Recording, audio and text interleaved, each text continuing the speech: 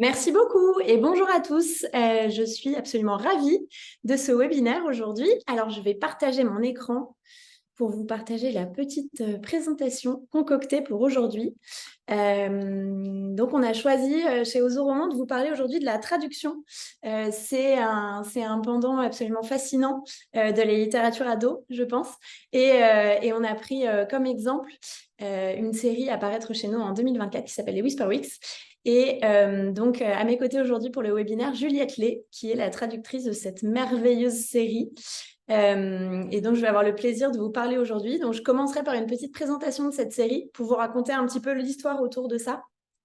Et ensuite, je laisserai la parole à Juliette pour qu'elle se présente et qu'elle vous raconte un petit peu la façon dont elle travaille sur la traduction. Et on aura ensuite dans ce webinaire un échange autour des problématiques que pose une traduction en imaginaire et de toute la richesse toutes les questions absolument passionnantes que ça peut poser. Voilà. Alors, je vais vous parler aujourd'hui des Whisper Weeks. C'est un texte qui est très, très cher à notre cœur. Vous le savez peut-être, mais chez Ozo Roman, on achète très, très peu. On achète très peu de romans. On fait surtout de la création française et on achète uniquement des coups de cœur absolus et des ouvrages dont il nous semble indispensable, pour la scène francophone et qui apportent vraiment quelque chose. Et c'est dans cette optique que Violette Perrin, qui est notre éditrice en charge des achats, travaille d'arrache-pied pour aller dénicher les pépites et trier sur le volet les différents candidats à notre publication et les bons interlocuteurs. Et dans ce contexte-là, en septembre 2022, donc il y a plus d'un an maintenant, l'agente de Penguin, Toc, vient chez nous et nous parle de cette série dont Penguin, que vous connaissez sûrement, venait de faire l'acquisition seulement quelques jours avant pour une offre faramineuse et qui allait être, selon ses propres dires, le lancement, le premier roman de la décennie. Alors ça allait très vite à partir de là. Damien Hervé, qui est notre directeur éditorial, moi et Violette et moi avons lu le texte en seulement quelques jours et le constat était absolument sans appel. C'était un coup de cœur incroyable et il fallait absolument qu'on publie ce titre. En parallèle, il y a plus d'une dizaine de pays qui se sont positionnés tout de suite. Simon & Schuster aux États-Unis, en Espagne Penguin, la Grèce, la Pologne, etc. En Italie, c'est Salami qui va publier ce texte, qui est notamment l'éditeur de Harry Potter, La Guerre des Clans, Philippe Pullman. Et en France, vous imaginez bien, donc on n'était pas les seuls sur cette série qu'on avait très envie de publier. On était tellement enthousiastes, c'était un tel coup de cœur qu'on a proposé des conditions comme on n'en a jamais proposé et on a eu l'immense joie de remporter ces enchères-là pour publier cette série qui sera donc une trilogie fantastique et dont le premier tome, qui est celui dont on va parler aujourd'hui, paraîtra en 2024. En même temps, dans 12 pays. Donc l'année prochaine, au cours de l'année, dans 12 pays. Voilà. Mais vous parlez de l'histoire surtout. L'histoire du garçon qui ne croyait pas en la magie et du monde qui l'a fait changer d'avis. L'histoire d'une quête incroyable dans un labyrinthe infini à la recherche d'un garçon disparu et des mystérieuses Whisper Weeks. Imaginez un monde où l'on passe d'une pluie torrentielle à un soleil étincelant d'une rue à l'autre. Imaginez un monde où vos cartes à jouer sont votre monnaie d'échange. Imaginez un monde où chacun possède une étrange poupée qui prend vie et qui jette des sorts. Un monde où la couleur est le bien le plus précieux et où on peut vous la voler. Un monde où les secrets les plus terribles sont dotés de leur volonté propre et font tout pour être découverts. Imaginez un monde où une fois qu'on meurt, nos âmes deviennent des fleurs. Imaginez un monde merveilleux peuplé d'hommes, arbres fascinants, de mages et d'un mystérieux minotaure. Imaginez une quête incroyable dans un labyrinthe qui se réinvente chaque jour. Ce monde-là, c'est celui de Benjamaya et d'Elisabella. Ce monde, c'est Dédaleum. Ce monde, c'est celui des Whisper Weeks. Alors, les Whisper Weeks, voilà, je vous montre, excusez-moi, je vous montre la couverture de ce livre. Alors, les Whisper Weeks, Benjamin Yacri, qu'au début de notre histoire, il n'en sait pas grand-chose. Il ne connaît pas non plus Dédaleum. Lui, il habite à Flamèche-les-Eaux, excusez-moi, cette petite ville bien tranquille du fin fond de l'Angleterre, assez ennuyeuse, mais ça convient très bien à Benjamin parce que lui, il est très cartésien. Il vit à l'étage d'une petite librairie, la librairie de ses parents. Et donc, vous imaginez, il passe ses journées plongé dans les vieux ouvrages poussiéreux et dans les manuels de sciences. Il est ravi comme ça. Et seulement un jour, on lui livre un paquet, pas d'expéditeur, Et dans ce paquet, il y a une poupée toute molle, faite dans une sorte de cuir noir avec quelques rubans rouges sur la tête en guise de cheveux et 2 boutons blancs pour les yeux. Et cette poupée-là prend vie la nuit et elle emmène Benjamaya au cours de la nuit dans la cave. Derrière des cartons poussiéreux, il y a une porte qui va l'emmener dans ce monde-là, qui l'emmène à Dédaleum. Et voilà qu'il découvre un monde qu'il ne connaît pas du tout. À Dédaleum, les habitants sont habillés à la façon victorienne du 19e siècle. Ils ont des grandes redingotes, ils ont des cannes et des hautes formes et des grandes robes. Et surtout, ils ont à la ceinture une poupée un peu à la façon de celle qu'on a livrée à Benjamaya. Ces poupées-là, on les appelle des échos. Et ils sont le prolongement de leurs propriétaires. Et ce sont ces échos-là qui permettent à leurs propriétaires de faire de la magie et de jeter des sorts et parfois de transformer ces échos en animaux incroyables et vivants qui leur permettent de se défendre. Autre chose incroyable à Dédaleum, ce monde porte son nom parce que c'est un labyrinthe sans fin, un labyrinthe en constante évolution dont les rues changent de place et qu'on ne peut jamais cartographier. D'ailleurs, si on s'éloigne à plus de 3 ou 4 rues de chez soi, on ne retrouve jamais son chemin. Et alors, du coup, ce qu'il y a d'incroyable aussi, c'est que quand on passe d'une rue à l'autre, on oscille entre un soleil absolument ardent et un froid polaire. On passe d'une forêt extrêmement dense à à la ville la plus foisonnante. Et dans ce monde-là, Benjamaya est évidemment complètement perdu. Il veut retrouver son chez lui. Il va rencontrer Elisabella. Elisabella, elle est revêche, elle est pas sympa. Et pour cause, son frère jumeau a disparu. Elle a décidé coûte que coûte qu'elle allait le retrouver. Edwid, le frère jumeau d'Elisabella, était passionné de cartographie et il était passionné par la compagnie des cartographes qui avait pour charge, même si c'est illégal, de cartographier ce labyrinthe. Et alors Benjamin pense que peut-être qu'Edwid pourrait l'aider à retourner chez lui, lui qui est passionné de cartographie. Et du coup, bon gré mal gré, il va décider d'accompagner Elisabella dans cette recherche. Et pour seuls indices, ils ont un fil, un cordon un peu lâche, qui va les aider à se retrouver. Pourquoi? Parce qu'effectivement, comment est-ce qu'on part dans une quête incroyable quand on est dans un labyrinthe qui change de voie et qu'on est en constante perdition? Eh ben, ils vont se servir de ce fil qui, quand on le nomme, le fil s'appelle Ariane, va vous mener au sein du labyrinthe et va vous guider. Donc évidemment, Ariane, le fil du labyrinthe de Thésée. Et ils ont autre chose, ils ont un vieux carnet plein de notes d'Edwid avec des étranges cartes qui vont en fait les mener sur les traces d'un grand secret et d'un grand complot dans lequel Edwid était embrigadé et qui vont les mener surtout sur la trace de ces mystérieuses lanternes qui délivrent un message, ces lanternes chuchoteuses qu'on appelle les Whisperwicks. Et dès lors, commence une quête absolument folle entre Benjamaya et Elisabella qui vont aller à chaque fois dans les endroits les plus dangereux de ce monde-là et qui vont partir dans une quête incroyable du ministère de la magie de Dédaleum jusqu'au palais du roi du labyrinthe, le Minotaure. C'est vraiment une aventure qui est menée tambour battant et d'une richesse et d'un univers absolument incroyable. Je vous en donne deux petits trucs. Imaginez que votre monnaie, ce sont vos jeux de cartes à jouer. Si vous avez le roi de cœur, vous avez la monnaie la plus importante, vous avez un billet de 500 €. Et à contrario, les petites pièces, c'est pas une monnaie, c'est une promesse. Et quand on donne une pièce à quelqu'un, c'est une promesse. Et quand on brise cette promesse, la pièce est brisée et on devient un paria de la société.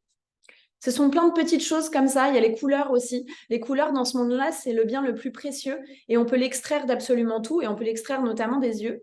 Et la couleur des yeux est un des biens les plus luxueux et donc les personnes sans moyens vendent la couleur de leurs yeux. Il y a plein de choses comme ça qui font que cet univers est absolument extrêmement riche et qui faisaient que la traduction était absolument fondamentale dans cette réflexion et que ça a été aussi important au cœur de notre réflexion. Avec qui est-ce qu'on travaille pour la traduction et comment est-ce qu'on va faire? Alors, je vous montre, voilà. Donc voilà, c'est l'ouvrage qui va sortir en avril prochain. Donc la version brochée que vous voyez à droite et la version reliée. On a décidé de faire une belle édition aussi pour cet ouvrage auquel on croit beaucoup. Ça sortira le 5 avril. Et vous raconter maintenant comment est-ce qu'on travaille sur une traduction. Donc, on a acheté les droits, on est super content. C'est merveilleux.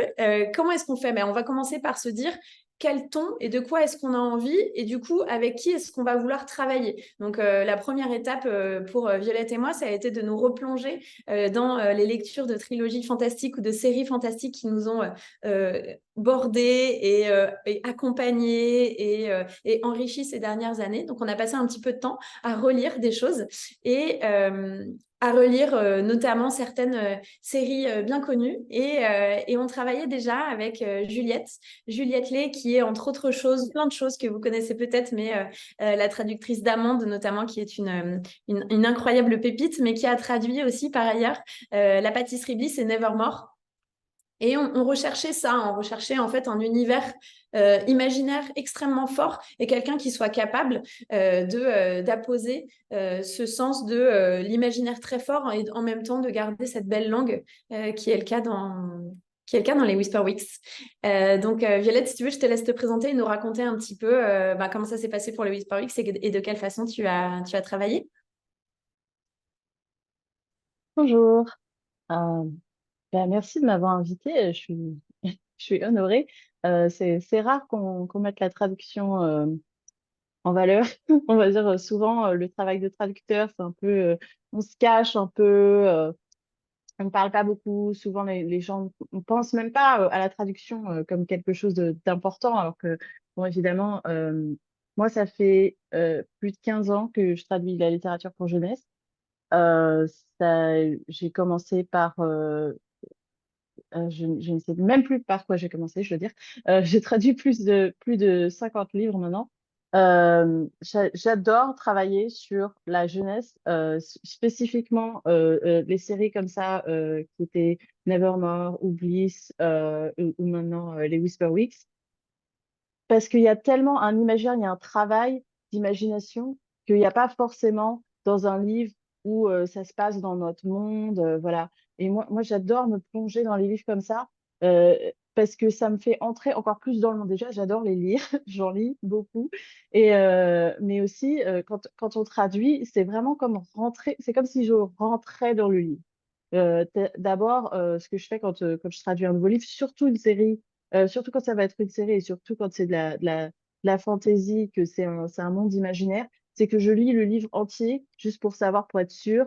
Il y a beaucoup de termes différents. Donc, il faut toujours savoir, OK, alors ce terme-là, qu'est-ce que ça veut dire? Des fois, au début de l'histoire, on ne sait pas trop exactement qu'est-ce que c'est ce nouvel objet ou qu'est-ce que c'est ce nouveau concept. Et donc, c'est important pour moi de lire le premier volume. Après, s'il y a d'autres volumes, je les lis aussi, évidemment. Et puis, il faut surtout faire attention, bien sûr, comme l'auteur a des idées pour les livres d'après, faut bien faire attention à bien tout garder, tout ce qui est dans le livre, parce que même il y a peut-être un petit détail que on se dit comme ça à la traduction ou même à la lecture, on s'en aperçoit pas, le détail comme ça.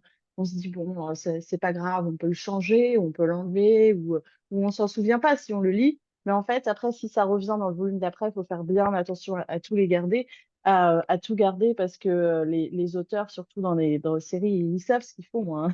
Ils vont pas mettre des détails pour rien. Euh, et donc, moi, j'adore à première lecture, c'est vraiment me mettre complètement dans le texte et me dire, OK, alors maintenant, j'habite cet univers. Et ensuite, ben, il y a des termes, évidemment, je travaille toujours avec les éditeurs pour savoir quel ton on va choisir pour cette traduction. Il y a beaucoup de choix qu'on fait. En fait, chaque traduction, c'est un choix. Chaque fois qu'on traduit un mot, c'est un choix. Il y a beaucoup de manières, on peut traduire un mot de manière différente, même un mot de base basique, hein, ça peut être traduit de 5 manières différentes. On donne une phrase simple à 5 traducteurs, il va y avoir 5 phrases différentes. Euh, et donc, c'est c'est important de faire ce travail et de vraiment, pour moi, de m'imprégner de l'univers et de savoir, OK, alors ces objets-là, quel concept là, on parlait de plusieurs choses dans Whisperwix. Il y a plein d'éléments différents, les cartes à jouer, tout ça. Enfin, quels concepts sont différents de notre monde et comment est-ce qu'on va vouloir traduire ça? Qu'est-ce qu'exactement l'auteur voulait dire à ce moment-là? Et comment est-ce que mon travail de traduction, c'est un travail vraiment de ressenti. C'est comment est-ce que je le ressens? Et plutôt que de traduire la phrase en me disant, alors cette phrase, elle veut dire ça. Moi, c'est la phrase, je la lis, je me dis, qu'est-ce que je sens quand je lis cette phrase? Et à quoi ça me fait penser? Comment est-ce que je vois? Moi, je ferme les yeux si on décrit une pièce, c'est un univers, je sais pas, il y a un marché magique. Voilà, alors, le marché magique, alors je ferme les yeux et je m'imagine en train de marcher comme ça. Qu'est-ce que je vois? Et là, je peux traduire. Et là, je peux trouver les mots, les bons mots qui traduisent vraiment, pas juste les mots qui sont dans le livre, mais le ressenti qu'on va avoir en tant que lecteur.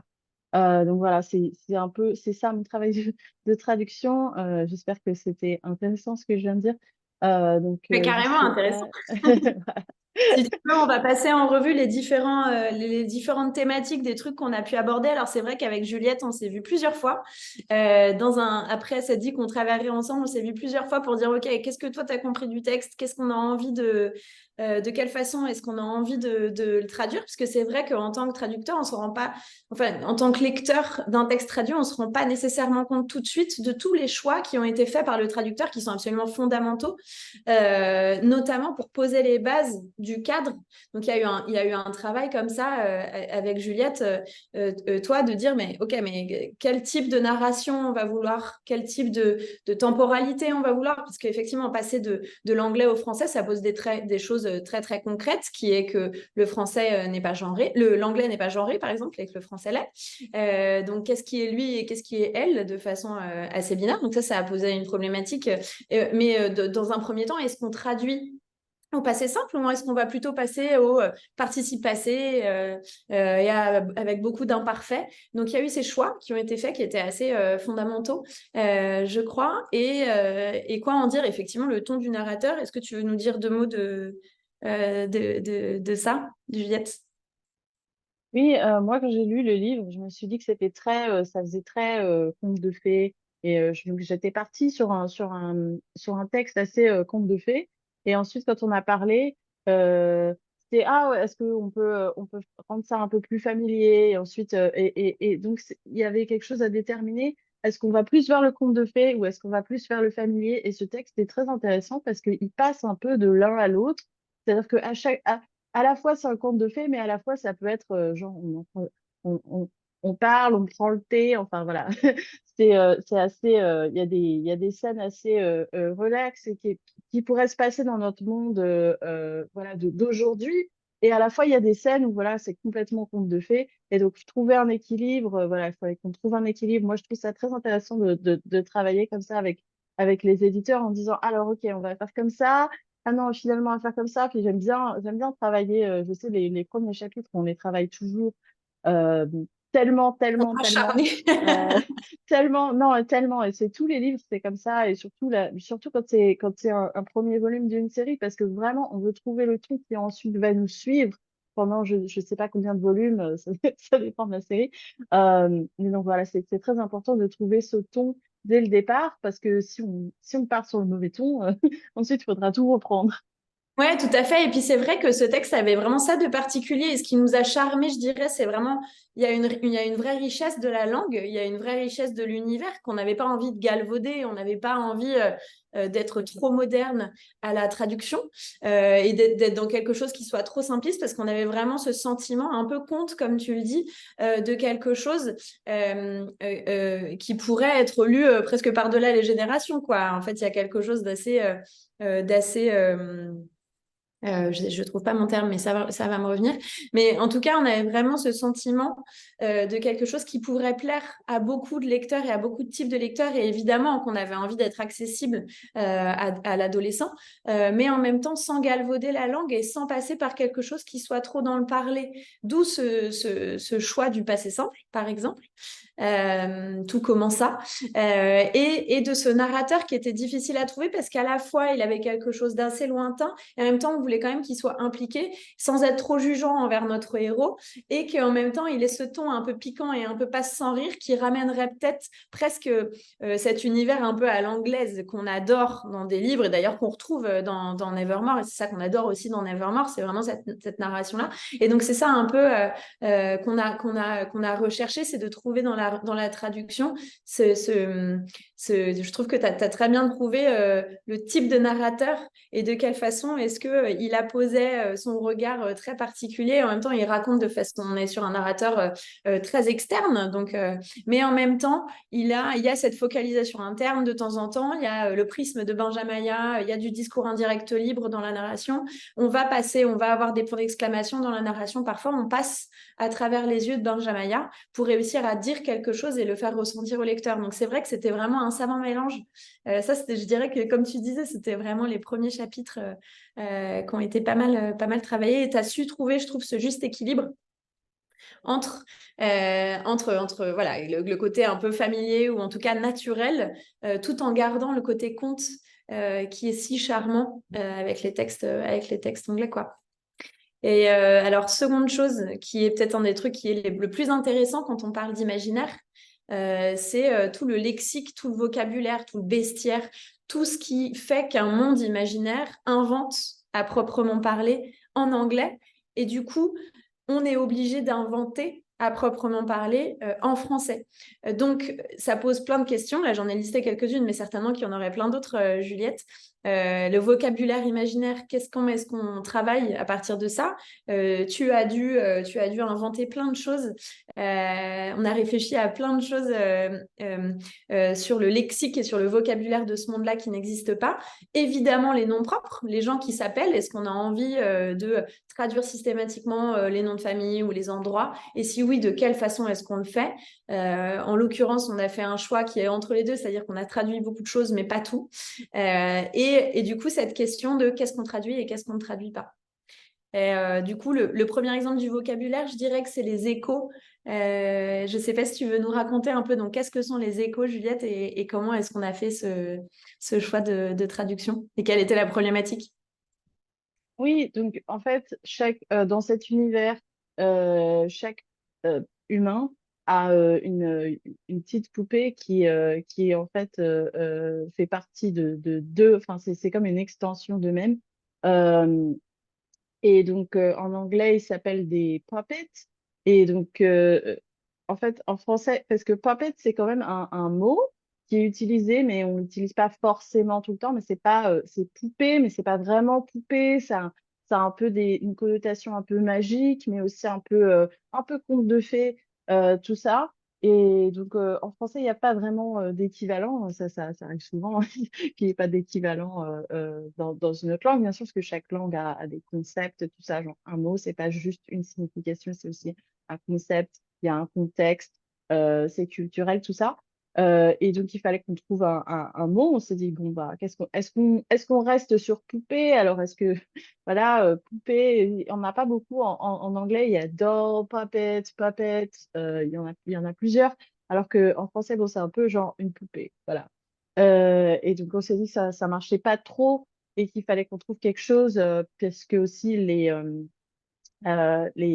échos, du coup, ils s'en servent, ils les lancent, puis ils se transforment. Enfin, il y a plein de choses qui se passent avec ça. Et donc, voilà, on a réfléchi à un terme et je ne sais même plus. On avait plein de termes qu'on avait trouvés. Puis, on a décidé que écho, ce serait le meilleur terme. Ouais, tout à Et fait. Il y c'est avait pour ça. vraiment cette interrogation de bon, ben, poupée en français, il y a ce côté un peu enfantin et c'est pas très positif, quoi. Donc, ça ramenait pas un imaginaire très agréable, alors que Puppets en anglais, il y a quelque chose de plus mystérieux qui pouvait fonctionner en anglais, mais qu'on se sentait pas du tout de conserver en français. Et donc, ouais, il y a eu plein de mots et en quoi et qu'est-ce que ça signifie. Et surtout, toi, après avoir créé ce mot de l'écho, c'est vrai qu'on a joué avec le terme de l'écho de ce qu'on a en nous, on avait joué au terme de il y avait plein d'idées, évidemment. Et là, c'était vraiment comment est-ce que, en gros, c'est un écho de nous-mêmes. On a remplacé le H par un K pour que ça soit vraiment du domaine de l'imaginaire et pas trop terre à terre. Et il y avait vraiment tout tout ce lexique que tu as dû inventer autour des échos, parce que du coup, il y a l'écho-projection, donc le fait d'utiliser son écho pour jeter des sorts, on projette des échos. Donc, c'est ça qui t'a semblé le plus faire sens dans la traduction. Comment est-ce qu'on appelle les propriétaires des échos? Bon, ce sera les maîtres des échos qui projettent ces échos-là. Il y a eu tout plein de choses comme ça, et c'est vrai que je trouvais que cet exemple était fort parce qu'il est vraiment pas attendu. On n'a pas simplement traduit un mot, on a pris un nom commun en anglais pour en faire quelque chose parce que ça ne faisait pas sens en français. Ça faisait pas sens en français. Et sur le nom de l'univers, c'est aussi un énorme. C'est évidemment que je ne sais pas comment est-ce que a été inventé le mot Poudlard, mais c'est vrai que c'est tout un truc. Ça a été un énorme exercice aussi de se dire qu'est-ce qu'on voulait sur le terme. Donc en anglais, le nom de l'univers est Ravenworld. Donc il y avait à la fois la signification de ce que ça pouvait être, il y avait ce que ça rendait à l'oreille. Donc est-ce que ça charriait comme imaginaire, comme adjectif, vers quoi ça nous emmenait quand on le dit. Et du coup, ça a été pareil, des réflexions interminables sur déjà est-ce qu'on a envie de le traduire ou non. Donc, autre interrogation. Et à qui est-ce qu'on s'adresse? Et en même temps, on avait cette envie de fournir un peu un univers clé en main au lecteur et de l'emmener dans quelque chose qui soit sans être trop franco-français, parce qu'aujourd'hui, c'est vrai qu'il y a beaucoup de choses qu'on choisit de ne pas traduire, notamment dans les noms propres, et qui en même temps, on ne voulait pas être revêche ou obtus, on voulait en tout cas être très transparent à la lecture et qu'il y ait quelque chose de très immédiat qui se crée avec le lecteur. D'où cette réflexion, et on est arrivé finalement au terme de Dédale et homme parce qu'on voulait faire vivre le côté labyrinthique. Le homme nous ramenait de la consonnorité latine, et donc quelque chose d'assez mystérieux, d'assez ancestral, quelque chose qui date depuis longtemps. Et on avait le sentiment de retrouver un petit peu, de cocher toutes les cases de tout ce que nous a amené en termes de signification et en termes de mystère et à l'oreille le terme initial. Et surtout, et qu'est-ce que ça poserait aussi donc, sur la partie non propre? Juliette, je te laisse la parole aussi. Ça a été un sacré débat sur plein de choses. Donc, Benjamin Yacrick, on s'est dit de toute façon, le nom du héros, le nom de l'héroïne, évidemment qu'on n'allait pas les changer. Oui, sur les noms, moi, je préfère ne pas changer les noms parce que souvent, des fois, s'il y a un jeu de mots dans le nom qui ensuite va revenir dans les tomes suivants et qu'on ne sait pas. Alors là, si on traduit par quelque chose de différent, du coup, il faut qu'on explique ensuite dans le tome d'après. Ah oui, non, en fait, voilà, il faut qu'on rajoute du texte. Enfin, et puis ça devient compliqué. Puis on perd un peu de quelque chose. Donc pour moi, les noms, je préfère ne pas les traduire, surtout que ben, ça fait un peu. La traduction, c'est on veut vraiment, on va surtout dans la traduction pour la jeunesse, on va pas faire un texte où on ressent que c'est une traduction parce que sinon ça devient un peu difficile à la lecture. Après, bon, c'est un choix, mais bon, pour les enfants, bien sûr, on va pas se mettre à faire une traduction mot à mot qui est un peu incompréhensible. Donc, il faut vraiment retranscrire l'univers, retranscrire le ressenti, tout ça. Mais au niveau des noms propres, moi, je préfère garder les personnages comme ils sont parce que là, du coup, le seul indice vraiment que c'est une traduction, c'est les noms. Et on se dit, ah, en fait, on est dans un univers euh, anglo-saxon. Et donc, ça nous ramène à ça. Et en même temps, on n'a pas besoin ensuite de savoir à chaque fois, ah oui, à chaque phrase, ah oui, c'est une traduction, ah oui, c'est une traduction. Non, non, on le sait, mais en même temps, on peut se plonger dans l'univers sans, sans avoir en fait, j'allais dire, on est dans un labyrinthe maintenant. Euh, donc, euh, donc voilà. Donc non, pour les noms. Mais après, s'il y a quelque chose, s'il y a un jeu de mots ou si la personne, si leur nom, ça renvoie à leur fonction, là, on peut se demander, ok, donc si leur nom, c'est leur fonction, donc on peut changer. Là, on est obligé de changer parce que sinon, on perd. Ok, alors cette personne, en fait, elle s'appelle comme sa fonction. Et donc ça, faut qu'on l'ait parce que sinon, on perd ça ou sinon, il faut l'expliquer, tout ça. Donc, ça dépend, mais de manière générale, moi, je trouve que garder les noms, c'est ce que je préfère. Ouais, la dernière fois, on discutait de ça du coup avec Juliette et tu me disais un truc intéressant qui était que tu avais toujours tendance à te demander ce qui allait se passer dans la suite, surtout quand on s'inscrit dans une série et quand tu n'es pas vraiment maîtresse de ce qui va se passer dans la suite, à essayer d'assurer au maximum la compréhension de l'univers et de ce qu'il peut amener et de toujours être dans le respect de ce qu'a essayé de faire passer l'auteur. Donc à la fois se dire, bon bah, ça, c'est fondamental, effectivement, dans la fonction. On a envie de trouver, par exemple, on a traduit les noms des librairies dans l'histoire. Il y a la librairie dans laquelle commence l'histoire, qui est Once Upon a Time, bon, bah, qu'on a traduit par Il était une fois, évidemment, parce que là, ça faisait sens de traduire ce nom propre-là, ou, je sais pas, le nom des lieux. Je pense à Whispering Wood, qui est devenu la forêt des murmures. Il y a plein de choses comme ça où effectivement, pour comprendre l'environnement dans lequel on est, on a envie de le traduire. Et tu disais que toi, tu t'arrêtes au moment où tu ne sais pas ce qu'il va être dans la suite. Et du coup, tu aurais plutôt tendance à conserver un petit peu les choses en l'état pour respecter au maximum voilà, le travail de l'auteur. Et j'avance. Et une dernière chose dont on a discuté la dernière fois, Juliette, et que je trouvais hyper intéressant. Et du coup, il y a cet exemple-là du verger fumeux et des enracinés. C'était comment est-ce qu'on fait vivre. Donc, c'est ça qui est très spécifique à un domaine de l'imaginaire. Comment est-ce qu'on fait vivre cet univers-là qui est à la fois basé sur plein de choses, qui est à la fois basé sur du dialogue. Donc, c'est ça qui est hyper chouette dans les Whisper Week, c'est que Benjamaya et Elisabella, bon, bah, ils s'envoient des pics un peu. Elisabella est franchement revêche et souvent pas sympa. Et du coup, bon, bah, elle l'envoie un peu paître et en même temps, lui, il est assez sarcastique, il a ce petit côté assez sympa et tout. Et il y a un second degré qui est chouette et en même temps, il y a ces scènes d'aventure et d'univers qui sont hyper fortes. Et je trouvais que ton prisme à ça, je ne sais pas si tu voudras nous raconter comment tu as trouvé le terme des enracinés, que j'adore. D'ailleurs, j'adore les enracinés dans l'histoire. Et comment tu as travaillé ces scènes-là d'univers. Et tu me disais, ce que je trouvais bien, mais j'enlève pas tes mots de ta bouche, mais tu me disais que tu travaillais pas phrase à phrase, mais que tu étais vraiment, ce que tu disais un petit peu au début, dans une quête d'ambiance avant tout. Et je ne sais pas si tu peux nous raconter un peu comment tu travailles les scènes de dialogue et comment tu travailles les scènes d'univers ou d'aventure au contraire, parce que c'est pas le même type de travail pour toi. Euh, oui, c'est vrai que quand c'est une scène d'action, c'est vrai qu'on parlait de ça, quand c'est une scène d'action, ça va assez vite. Déjà, ça se lit plus vite et puis c'est fluide. Enfin, on est plus, ok, on est dans l'action, il se passe ça, ça, ça. Du coup, quand je traduis une scène d'action, je suis dans l'action, hein. Je vais très, très vite parce que je me dis, ok, on court. Il y a une scène où il court sur les arbres. Ok, il court sur les arbres. Ok, ok, on court sur les arbres. Ça n'a pas vraiment de sens, mais bon, c'est vraiment ça qui se passe. C'est vrai qu'on Les arbres s'était sont posé la question. mouvants. Voilà, Est-ce qu'il court là? Ouais, ouais. mais ouais, on s'est dit, est-ce qu'on rajoute quelque chose? Parce que c'est glissant, non, les arbres. Enfin, et donc, on imagine la scène où on court dans les arbres. Ok, donc là, on est dans l'action.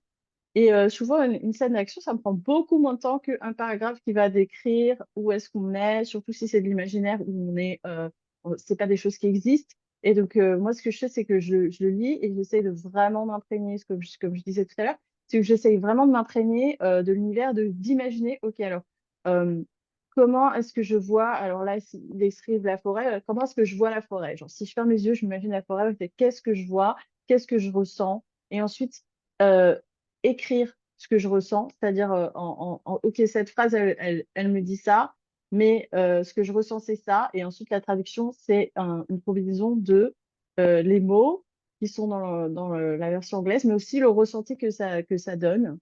Euh, et donc, je sais pas, enfin, les enracinés, euh, c'est des personnages intéressants. Je sais pas comment est-ce qu'ils vont évoluer dans la suite. Je suis très curieuse de savoir. Et donc, comment dire, c'est comme pour moi, c'est comme des arbres un peu. C'est des personnes qui sont des arbres, c'est des mini-arbres. Et donc, ben, comme les enracinés, ça a aussi quand même une connotation où ils peuvent pas partir, quoi. Enfin, donc, ils sont bloqués, mais en même temps, c'est des arbres, donc ben, c'est normal. Je sais pas comment expliquer ça autrement. Non, mais Euh, j'avais adoré cette trouvaille que tu as eue des enracinés, parce qu'il y avait ce côté de, tu sens que c'est un peuple Il y a vraiment, c'était une belle trouvaille, quoi. Il y a vraiment ce côté peuple et en même temps, le bestiaire, enfin, le champ lexical de la nature est très présent. Donc, c'était vraiment une belle trouvaille. Je trouve que ça correspond super bien. Il y a ce côté très statique. En fait, les hommes arbres, bon, bah, il y en a un, il a la jambe plantée dans la terre et puis ça fait 30 lunes de ça. Donc, littéralement, ça fait 30 mois qu'il a la jambe plantée dans la terre. Il est hyper serein sur le sujet parce que c'est un enraciné. Donc, voilà. Et ça, je trouvais ça vraiment hyper fort. Et comment tu travailles les dialogues? Est-ce que c'est une autre méthode Alors, encore? au niveau des dialogues, bah, j'essaie juste de m'imaginer, ok, alors si je voulais dire ça, comment est-ce que je dirais ça? J'aime beaucoup traduire les dialogues. Parce que c'est vraiment, c'est un peu similaire à une scène d'action, je vais dire, parce que, voilà. Après, le truc des dialogues pour enfants, c'est que, ben, quand j'ai commencé à faire des traductions pour la jeunesse, j'étais très jeune, et puis j'avais pas vraiment de problème de savoir comment les jeunes parlent, parce que j'étais encore jeune.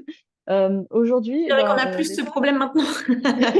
aujourd'hui, des fois, dans les dialogues, je suis là, mais est-ce que les enfants ou est-ce que les jeunes ils diraient ça aujourd'hui?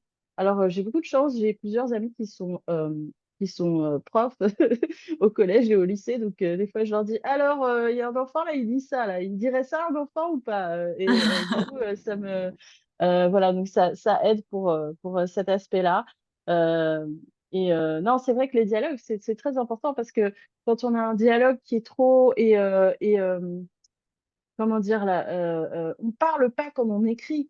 Et donc, quand il parle, ben, c'est vraiment, voilà, faut se dire qu'il parle. Et par contre, en anglais, il parle un peu comme on écrit.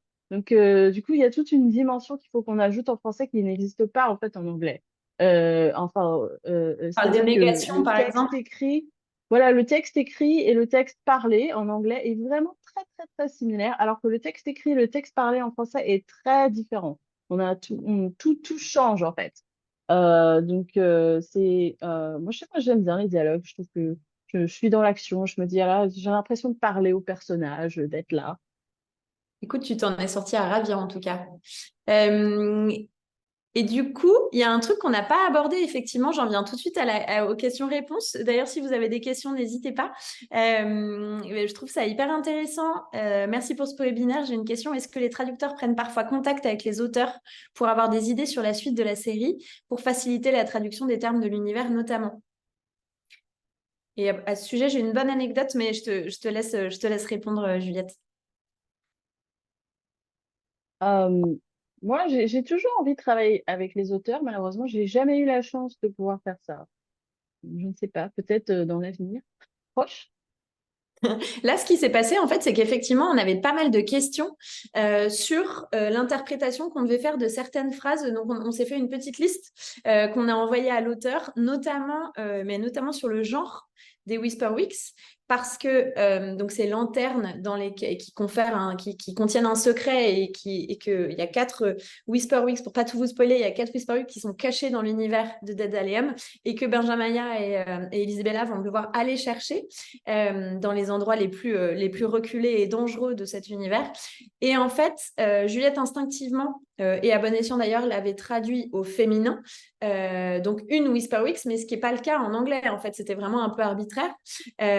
Et donc, elle avait ressenti que comme c'était une lanterne, bon, bah, c'était une Whisperwix. Et du coup, on a quand même écrit à l'auteur pour lui demander, mais pour vous, dans votre tête, quel est le genre des Whisper Week? Est-ce que c'est plutôt, est-ce qu'on doit, nous, on a le genre en français, qu'est-ce qu'on doit utiliser pour ça? Et de la même façon, on a pu avoir, par exemple, on lui a posé une question, je crois, sur la 88e maison des pendus. Les pendus, ce sont les gendarmes, c'est l'autorité locale. Ce sont des gens qui ont des toiles de jute sur la tête qui sont absolument terrifiants et donc qui s'occupent de faire respecter l'ordre, qui travaillent pour le roi de Dédaleum. Et donc, il y a des compagnies, et on s'était posé la question de la formulation autour de ça. On s'est posé aussi une question sur une allée des violettes, il me semble, sur la façon dont on devait le traduire. Et on a posé la question à l'auteur de attention, est-ce que ça va être très important dans le monde ou pas? Il y a à un moment donné un truc que dit la grand-mère de Benjamin au tout début, et on se demandait si c'était censé être, si on devait le garder ou non, et si c'était censé être révélateur de ça. Donc, c'est vrai qu'il y a plein de questions que ça pose. C'est absolument passionnant. Je pense qu'on pourrait continuer pendant des heures encore à vous parler de toutes les anecdotes autour de la création de cet univers Oui, du coup. excusez-moi, je vous Oui, interromps juste parce qu'il nous oui, reste 5 minutes et il y a oui. encore 3 questions. Quelle Euh, question? Oui, je alors, regarde. vous voulez la lire? Oui, tout à fait. Oui. Alors, vous parlez de la traduction des Enracinés. Ça me rend curieuse. Quel était leur nom dans la version originale? Eh ben, j'ai oublié, moi. Tu t'en rappelles, Juliette? C'était les Root Folks. Root Folks. Root Folks. Et donc, en fait, root, c'est les racines et folks, c'est les gens, le peuple. Donc, on est quand même assez très proche, on est quand même resté très proche sur ça. Que Ouais. c'est l'idée de la racine. Après, c'est juste que dans le terme anglais, en fait, c'est le nom du peuple. Mais du coup, en fait, ça marche aussi en français. Alors, une autre question, donc ça c'était la même. Et ensuite, vous arrive-t-il d'avoir un retour positif ou négatif de la part de l'auteur ou autrice du texte original? J'imagine que, vu que l'auteuriste ne parle pas forcément la langue dans laquelle le texte est traduit, cela n'arrive pas souvent. Alors, effectivement, c'est rare. C'est rare. Moi, ça m'est jamais arrivé. Je ne sais pas si ça t'est déjà arrivé, Juliette, une autrice qui parle la langue traduite et qui te fasse un retour. Ça m'est jamais arrivé sur un livre. Je dois dire que ça m'est arrivé sur des traductions qui ne sont pas des livres et qui sont, je sais pas, des rapports, des présentations, des trucs comme ça, où il y a une personne qui parle un peu. Et là ça peut devenir compliqué parce que si la personne parle un peu la langue, mais pas complètement, elle va dire, ah, ça c'est mal traduit. Ben non, en fait, Alors. non, en fait, c'est pas mal traduit. Donc, ça peut être un peu compliqué. Je veux dire, ça m'est jamais arrivé avec un auteur de livre. J'aimerais bien travailler avec un auteur. Je trouve que ce serait super intéressant. Ouais, c'est sûr, ça me donne envie de prendre des auteurs polyglottes qui, du coup, pourront nous conseiller sur les traductions et nous accompagner. Faisons ça la prochaine fois, Juliette. Quoi vous dire? Merci. Je ne sais pas si vous avez encore quelques questions. Il nous reste 2 minutes, 4 minutes même. N'hésitez pas, en tout cas. Donc, nous, on sera à Montreuil la semaine prochaine sur le stand D33. Voilà. Vous aurez l'occasion d'y voir un très beau mur à l'effigie de cette merveilleuse série qui va être la nôtre et qui va être vraiment qui va faire l'objet d'un très joli lancement et qu'on a hâte de vous faire découvrir vraiment. N'hésitez pas, si vous avez des questions, il y aura toute une surprise sur le stand autour de cette série à paraître en avril. Je suis absolument ravie. Merci Juliette. On a une autre question, excusez-moi. Rendez-vous sur le salon. Bah voilà, c'est parfait. On a dit, en tout cas, j'espère qu'on vous a donné envie. Sachez que moi, c'est à l'équipe édito, en tout cas, c'est un des plus grands coups de cœur qu'on a eu en achat depuis très, très, très longtemps. Et au fur et à mesure que le texte est lu par les autres services, cette impression se confirme. On n'a que des retours dithyrambiques que je sais que Juliette, toi, tu as aussi aimé cette série. Encore 2 merveilleux tomes à travailler ensemble. J'espère qu'elle vous plaira, elle saura vous emporter comme moi, elle m'a emporté en tout cas. Est-ce que tu veux rajouter quelque chose, Juliette? Ah, je suis très contente de travailler sur cette série. J'adore. Donc, merci, merci de m'inclure dans l'équipe. Merci pour le travail que tu as fait. En tout cas, c'était absolument passionnant ce travail sur la traduction, notamment de l'univers, du vocabulaire, du lexique. Tu nous as fait un texte trop bien et cette problématique de la traduction, c'est hyper intéressant. Donc voilà, rendez-vous en 2024 et puis rendez-vous, non, surtout avant, à Montreuil sur le salon. Oui, rendez-vous sur le stand de D33 et merci beaucoup à Jennifer et Juliette pour cette immersion très intéressante dans le cerveau d'une traductrice et dans son imaginaire. Merci beaucoup. Merci, au revoir. Au revoir.